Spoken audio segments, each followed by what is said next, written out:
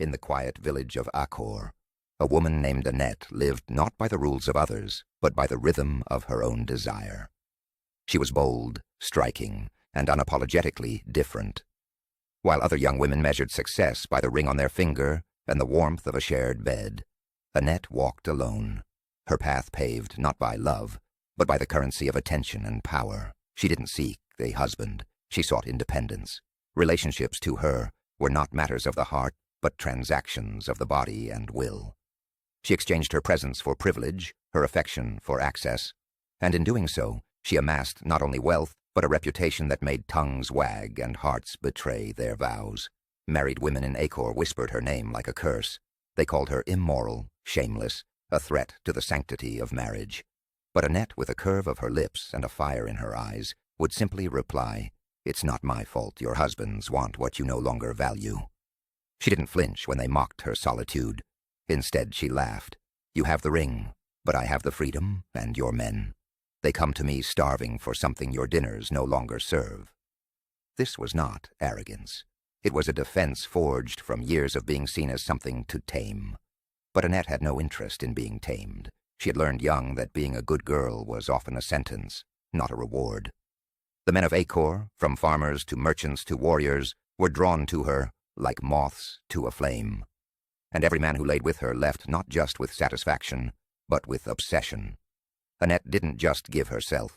She made them feel chosen, devoured, unforgettable. Rumors rippled through the village that even the king had been enchanted by her. But for all her influence, she remained untouchable. No man owned her. No name was ever linked to hers in permanence. And yet beneath her self-fashioned armor something stirred. Annette had mastered seduction, yes, but she had also mastered the art of emotional distancing. She watched people closely, calculating their needs before they ever spoke. She adapted to their fantasies but remained guarded. No one had seen her cry in years. No one had ever asked her what she feared in the silence. Until one evening, as dusk fell like velvet over Akor, she overheard a whisper that shifted her stillness. A rich chief named Undu was arriving for business. Unlike the common men who came and went, Chief Undu was a giant among men. He was the largest palm oil exporter in the East, known for his wealth, ambition, and the trail of gifts he left in his wake. He wasn't just a man, he was an opportunity, a rare jackpot. Annette's mind didn't flutter with fantasies of love or connection. It calculated.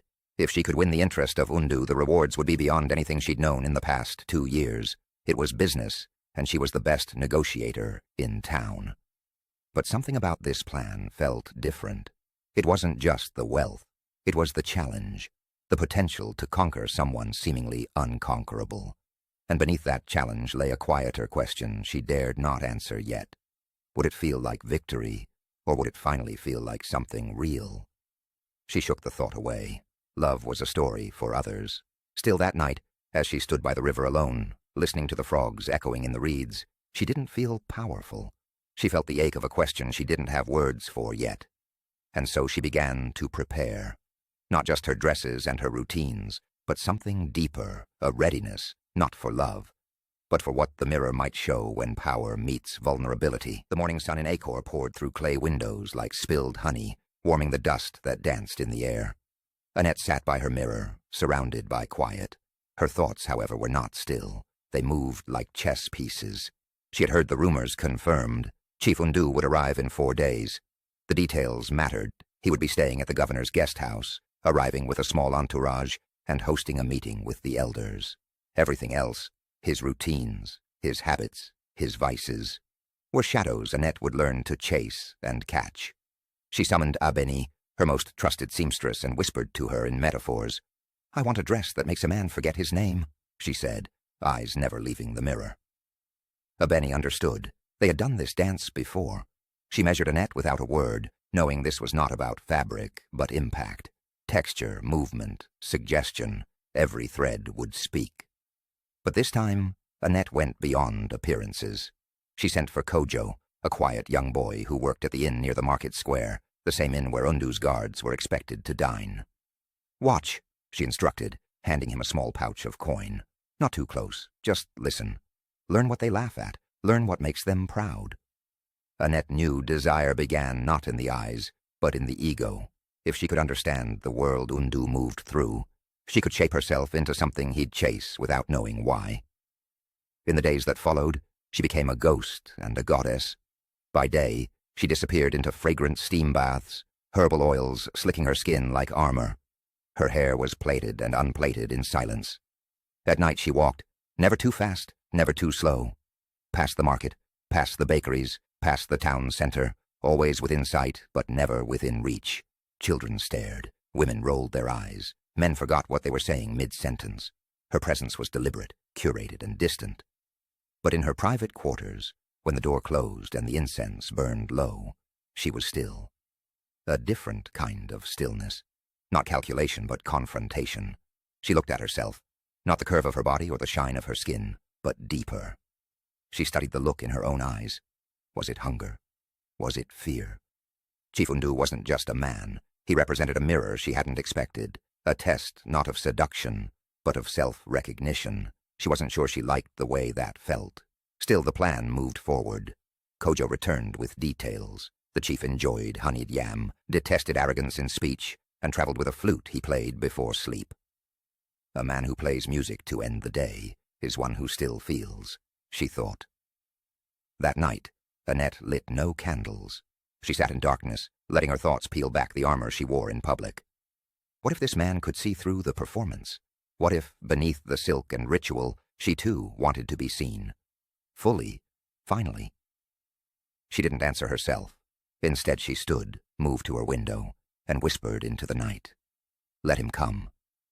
But deep inside, she was no longer sure whether it was opportunity she waited for, or transformation. When Chief Undu arrived, the village of Akor exhaled with anticipation. He came not with loud proclamations, but with quiet power. His carriage was modest but polished, his attire simple but rich. The man himself walked like someone who knew exactly how much space he deserved in any room, and exactly how much he would let you have. Annette watched from a distance. Her timing had to be precise. Not too soon, not too eager. She had mastered the art of being seen at the right moment and forgotten at the wrong one. But this was no ordinary moment. Their first meeting was not a performance, but an interruption. She was walking past the town square when Undu, flanked by his aides, was stepping out of the elders' compound. Their eyes locked like a door clicking open. For a moment, neither smiled. It was not seduction. It was recognition, like two minds realizing they spoke the same language. Annette nodded. So did he. No words were exchanged, but something shifted in the air. That evening she received a note. No signature, just a line. Your silence speaks louder than the drums they beat for me. It was not flattery. It was a message, a challenge. Over the next few days they did not meet often, but they met precisely. Once at the market, reaching for the same mango, once near the river, her dress trailing in the breeze, his gaze lingering for a second too long. Each time, their conversations danced around meaning without ever stepping directly on it. He asked about the village. She asked about the cities he'd conquered in business. But beneath the surface, both were probing deeper. One night, he invited her to a private dinner. Not a grand affair, but a quiet table set beneath a flame tree. Candles, 2 clay bowls of honeyed yam, a flute resting nearby. Do you always feed your guests their favorite meal before you ask for something? She teased. I only feed the ones I hope will stay after they've eaten, he replied.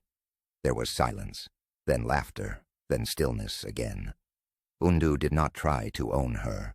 He did not flatter her with empty promises, or veil his interest behind coy riddles. He saw her. Not the crafted version, the woman who lived behind the carefully curated posture. That night, they did not touch, but they stayed, talking until the moon dipped below the hills and words gave way to comfortable quiet. When she left, he said one thing. If you ever wanted to stop playing, I'd still want to know you. And for the first time in years, Annette walked away not feeling powerful, but real. The night before Chief Undu's departure, Annette stood at her window, the scent of hibiscus in the breeze, and a kind of stillness in her chest she hadn't felt since childhood. The village outside hummed as usual, clay ovens cooling, crickets harmonizing with distant drums, but inside her something had grown quiet, not hollow, just quiet. She had spent the last few days dancing on the edge of herself. Their meetings had turned from strategic pauses to subtle conversations. There was no declaration, no conquest, no seduction as she had known it. There was something far more dangerous, being seen without performance. Chief Undu had asked for no promises, no possession, just truth. And that terrified her. The next day, as the morning sun bruised the horizon, Annette made her way to the guest house where Undu was staying. Her dress was simple, no silk, no embroidery, just a soft cotton wrap and bare feet. She had dismissed her attendants. This moment, she decided, belonged to no role but her own.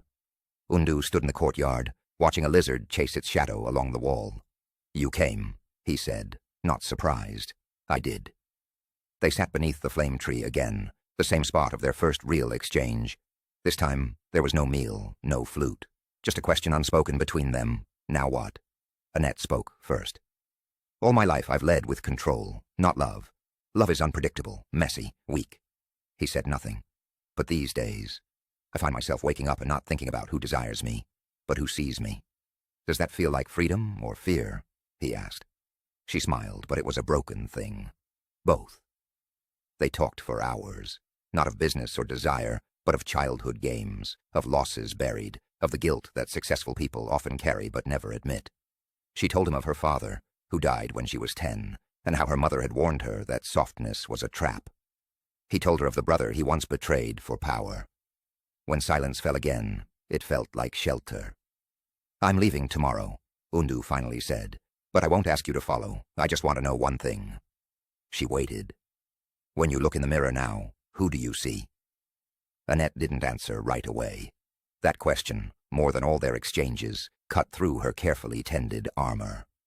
That night, she went home and did something she hadn't done in years.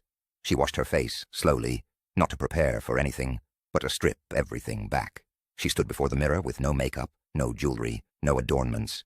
She studied herself. The laugh lines, the weary eyes, the pulse in her neck. Not a seductress, not a strategist, just a woman who had built a fortress to protect a soft, frightened heart. And for the first time, she whispered to her reflection, "I forgive you."